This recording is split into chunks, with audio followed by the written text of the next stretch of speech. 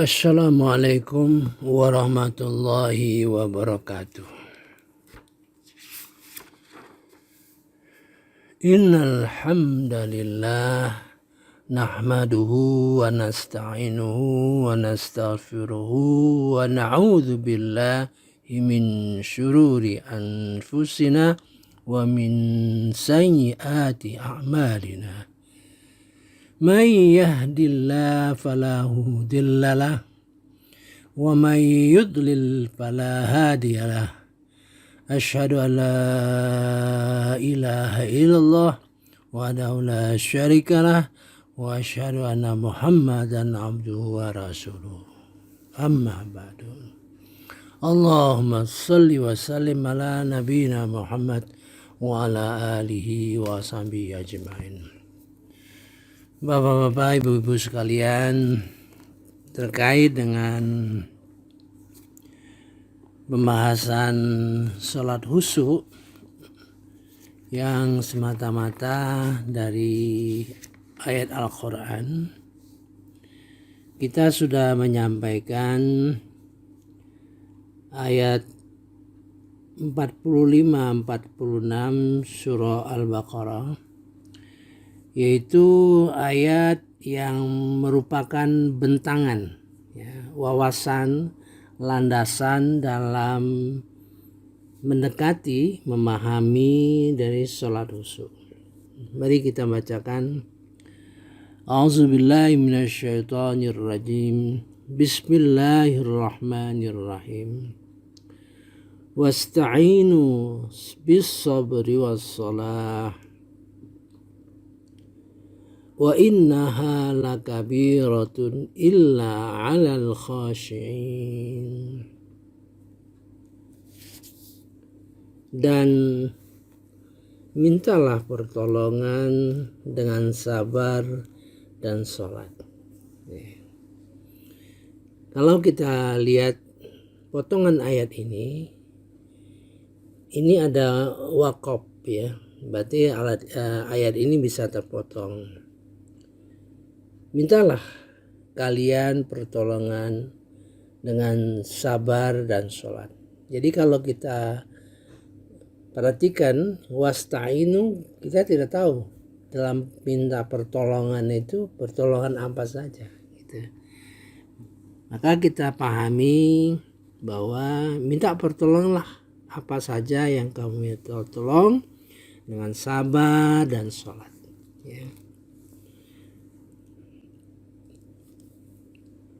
Sekarang kita lanjutkan. Wasta'inu bis sabri was salah wa innaha lakabiratun illa 'alal khashi'in. Sesungguhnya wa innaha itu tidak disebut apa. Yang dua-dua itu, yang tiga ada tiga potongan. Wasta'inu bis salah bis sabri was salah gitu. Wa innaha, dan sesungguhnya itu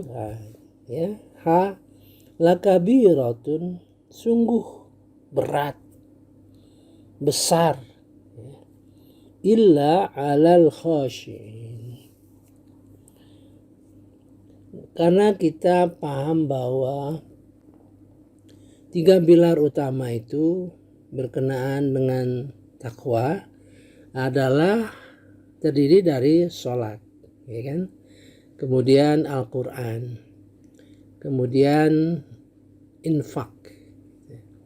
Jadi kita paham bahwa kita sudah membagi takwa itu dalam tingkatan-tingkatan. Berarti infak juga bertingkat-tingkat, sholat juga bertingkat-tingkat. Begitu juga Al-Quran bertingkat-tingkat. Sudah saya pahamkan berkenaan dengan tingkat itu ada akhirnya kan. Kalau Al-Quran kita berharap akan diwariskan Al-Quran dalam surah Fatir ayat 32. Kemudian kalau berinfak, kita harapkan kesadaran infak kita merupakan alat perjuangan. Surah Al-Anfal ayat 36. Kemudian sholat terus bertingkat-tingkat menjadi sholat khusyuk. Itu dalam surah Al-Mu'minun ayat 2. Itu gambaran itu. Sehingga kita mempelajari ayat ini, dinamika merupakan proses dari sholat khusyuk. Ya. Nah, proses ini secara keseluruhan digambarkan ayat 45-46. Walaupun dia tidak menunjukkan proses yang detail. Ya. Wa innaha lakabiratun. Sesungguhnya sholat ini hanya tidak digambarkan, berarti satu kesatuan tadi. Wasta'inu bisabri wassalah. Satu sulit, berat rasanya, minta tolong, kemudian sholat, gitu kan? Kemudian minta tolong, sabar. Minta tolong sholat, minta tolong sabar, dan melaksanakan sholat perlu kesabaran. Gitu. Karena wasta'inu itu bergerak juga. Ya. Dalam minta pertolongan kepada Allah Subhanahu wa Ta'ala itu bergerak juga. Ihdinas siratal mustaqim siratal ladzina an'amta alaihim. Sebelumnya ayat iyyaka na'budu wa iyyaka nasta'in. Beriringan antara doa dalam rangka minta petunjuk. Ya.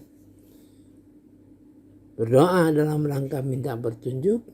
Engkaulah yang kami sembah dan engkaulah yang kami minta pertolongan. Dan proses menyembah itu, proses pengabdian kepada Allah itu tentu bertingkat-tingkat. Ya.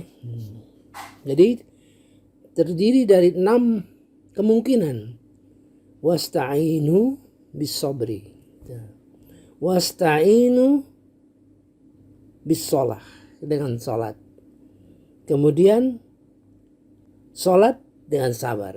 Itu berat. Namun tidak akan berat kecuali alal khashiin, kecuali orang yang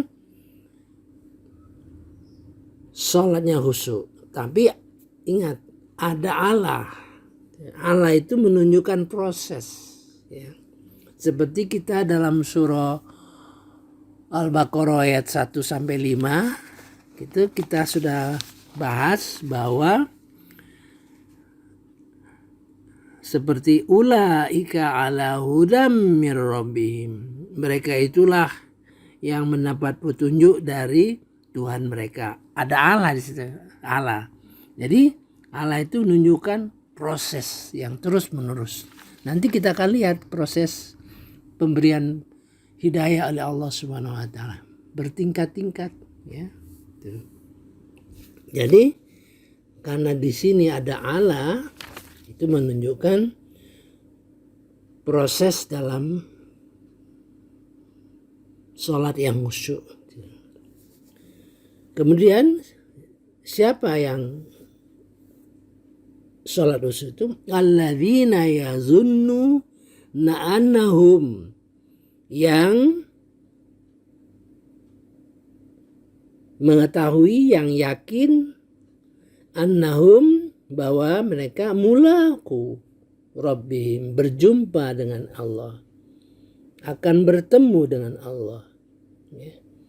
Wa annahum ilaihi raji'un, dan bahwa mereka kepadanya mereka kembali ke akhirat. Nah, di sini juga proses, ya. Kata kerja zonna itu memang meyakini, ya.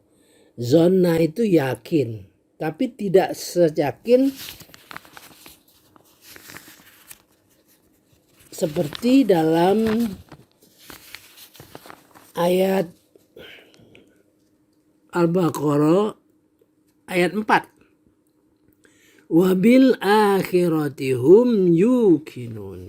Ya, terhadap hari akhirat itu mereka yakin. Nah, yakin dengan zonna itu kira-kira gambarannya, kalau yakin mengenai akhirat itu, mengenai hari akhirat itu 100%. Kalau zonna itu menduga, gitu, meyakini, ya sekitar 80%. Jadi ada proses untuk meningkatkan dari zonna, yazunnu, menjadi yakin. Nah, itu proses, ya. Karena berjumpa kepada Allah itu artinya tidak ada lain. Di dalam surah Al-Kahfi 110, tidak lain adalah ya'mal amalan sholihah, ya, beramal yang soleh, yang sempurna, ya.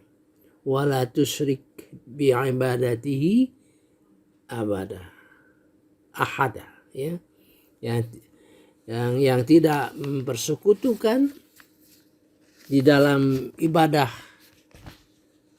kepada Allah Subhanahu wa taala, segala macam ibadah dilakukan kecuali karena Allah Subhanahu wa taala, ya. Itu di dalam surah Al-Kahfi, ya. Dalam surah Al-Kahfi itu ada rumusan seperti itu, ya.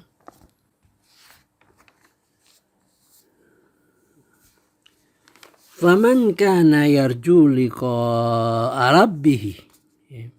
Barang siapa yang ingin berjumpa dengan Tuhannya, barang siapa, syaratnya, jawabnya, fal ya'mal amalan sholihah wala yusyrik bi ibadatihi rabbihi ahada. Beramal soleh yang sempurna dan tidak mempersekutukan dalam ibadahnya itu kepada Tuhan selain Allah, gitu. Nah, kira-kira begitulah tergambar bahwa ayat ini merupakan batasan, ya, bagaimana kira-kira orang yang mencapai sholat khusyuk itu. Pertama, ada kesadaran kita minta tolong kepada Allah Subhanahu wa taala, ya, dengan sabar dan tetap melaksanakan sholat, karena sepanjang umur kita sholat terus dilakukan dan tidak bisa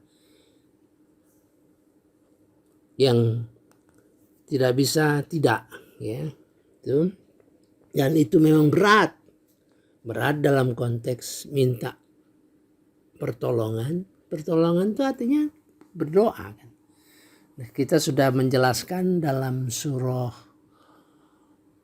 Al-Mu'min bagaimana Allah Subhanahu wa taala menekankan mengenai doa itu, ya.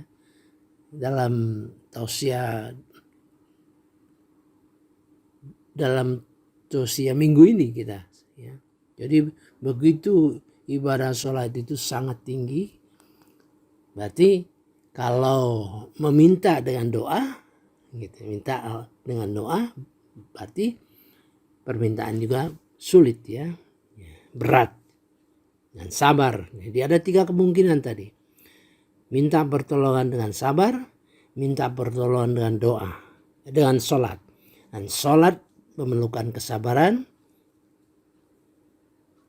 Yang ketiga hal itu berat, ya, kecuali orang dalam proses menuju sholat yang khusyuk. Di dalam sholat khusyuk yang kita ingin capai adalah ada peningkatan proses untuk percaya untuk proses menjadi yakin terhadap pertemuan pada Allah Subhanahu wa taala dan kepadanya kita kembali. Jadi ada proses, maka kita juga harus belajar mengenai kehidupan akhirat yang sekarang alhamdulillah sudah ada rekaman, tapi belum kita masukkan di YouTube. 80 rekaman mengenai kehidupan akhirat, itu pun masih separuh saya kira itu dulu mengenai sholat ya. Kita sholat wudu, nanti kita proses, kita pelajari ayat-ayat selanjutnya. Subhana rabbika rabbil izzati amma yasifun wa salamun alal mursalin walhamdulillahi rabbil alamin. Wassalamualaikum warahmatullahi wabarakatuh. Wallahu a'lam.